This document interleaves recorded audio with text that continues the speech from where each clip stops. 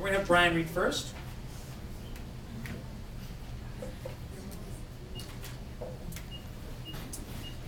Brian Kim Stefans is the author of about a half dozen books, including most recently What Is Said to the Poet Concerning Flowers, which, did you bring some of those today? So he's got some here for sale, and which was published in, I think, 2006 by Heretical Texts, and Kludge of Meditation and Other Works, which is from our own Roof Books, published in 2007. Like John Giorno, Brian is a prolific and deeply engaged in a poésie sans frontière. Is how you pronounce it? Frontière. Trying his hand at everything from animated poems on the web to poets' theater to the brilliantly funny Roger Pellet hoax, a Cambridge poet he made up who wrote poems like "A Mollusk Becomes Memorial," to his own poetry on the page, which itself ranges from rhetorical to computer-based to ambient to conceptual to languagey to fairly formal and even traditional. Online, I've watched him defend the language writers from the usual gang of idiots, and then turn around and defend Robert Lowell from Ron Sullivan. He is also, I'm pretty sure, the poet of my generation, who most often references Ezra Pound. I had the distinct pleasure of doing this very job. Before I say this, actually, you know what? Before I finish this, I should let you know it's his 40th birthday today. Today, actually. He's from here. Well, he was from here from New Jersey. So what? It's not so what, it's your 40th birthday. This is like the biggest birthday. Dude, I know. Dude, we're all having a big party after this. We're all going up. Happy birthday to you. Happy birthday to you. Happy birthday, dear Brian. Kim Stefans. Happy birthday to you.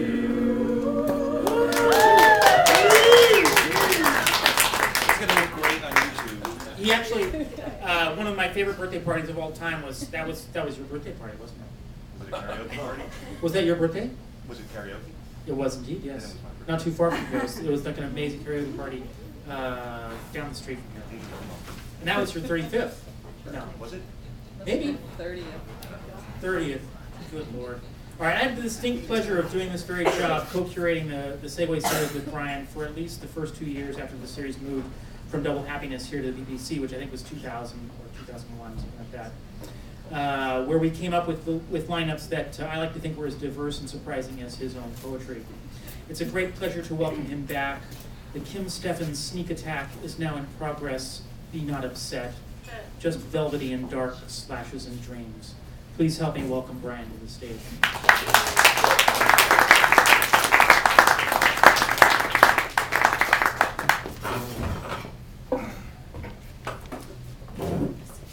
Well, thanks, Gary. You want that up a little bit? I didn't think a bunch of avant-garde poets would sing Happy Birthday. I thought they'd come up with something a little bit more fluxus. No, I'm not kidding. That's great. It's great to be back. I don't know if you... I don't recognize all that many of you, actually, but as some of you know, that I've moved from New York to Providence, lived there for 2 years, and to Philadelphia, lived there for 2 years, and now I'm in Los Angeles. So I don't know where I am right now, but so it's nice to be back. And is that Stephanie Strickland? Yes, it is. I have some musical accompaniment today, but you're just going to have to imagine it. It's a sitar. Coco has a sitar. I know, it's Coco's sitar. So I thought, I haven't actually been writing all that much in all these many years of traveling, but I did write a few poems, some of which were published in the Barack Obama issue of Fence, which I'm very happy about. So I thought I'd start with one of these poems. The New. New, like a baby howling, kill the fucker from its iron crib. New, like episodes of your daily blood coursing, transmitted to every computer day and night. New, like a toothbrush, bristles standing straight. What is it that makes all of these things the same? They have something to do with new. In one sitting, she could master the controls, and with that coroned off into the simulated NYC skyline on her screen. HUD off, she was flying with no HUD, and she was excited. It was better than glass blowing, which you just failed out of in night school, partly due to scheduling problems, but it's also known that she didn't get along with her teacher. So we get this straight also. Nothing gets old in the virtual. Every word, you turn it over like a cube in a syntax mesh, like a polygon in Lara Croft's buttocks, never failing, and it never fails to ignite. Thus, your negotiations revive, cyclical, like T.S. Eliot meant with the term juvescence, not so hotly as to feel religious, only sacrilegious, as it sabotages our inevitable meet. And actually, I'm probably one of the few poets of my age who references T.S. Eliot with some frequency as well.